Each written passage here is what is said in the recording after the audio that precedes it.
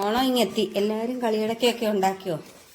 ഇവിടെ ഇന്ന് ഉണ്ടാക്കുന്നേ ഉള്ളൂ. 2-3 ദിവസമായിട്ട് സ്ഥലത്തില്ലാഞ്ഞുകൊണ്ട് എല്ലാം ഉത്രാടത്തിൻ്റെ അന്നാണ് ഉണ്ടാക്കുന്നത്.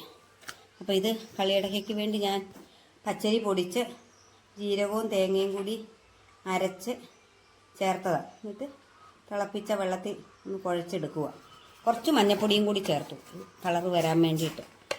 നമുക്കിത് ഉരുട്ടി എണ്ണയിലോട്ടിടാം. അങ്ങനെ കളിയടക്കയ്ക്കുള്ള മാവ് ഇവിടെ റെഡിയായിട്ടുണ്ട്. നമുക്കിത് ഉരുട്ടിയെടുക്കാം. കളിയടക്കയുടെ മാവൊക്കെ ഇവിടെ കുഴച്ച് വെച്ചിട്ടുണ്ട്. ആ സമയത്ത് തന്നെ അമ്മ ഇവിടെ കാ പൊളിച്ച് വെള്ളത്തിലിട്ട് അരിഞ്ഞെടുത്തിട്ടുണ്ട്. അപ്പം ഈ ഉപ്പേരി വറുക്കുന്ന കൂടെ തന്നെ കളിയടക്കയ്ക്ക് നമുക്ക് ഉരുട്ടിയെടുക്കാവേ. ഇടയ്ക്കിടയ്ക്ക് ഞാൻ ഇളക്കുന്നുമുണ്ട്. എല്ലാ കൊല്ലവും നേരത്തെയാണ് ഉപ്പേരിയൊക്കെ വറുക്കുന്നത്. ഇപ്രാവശ്യം ഇച്ചിരി താമസിച്ചു ഉത്രാടത്തിൻ്റെ അന്നായി.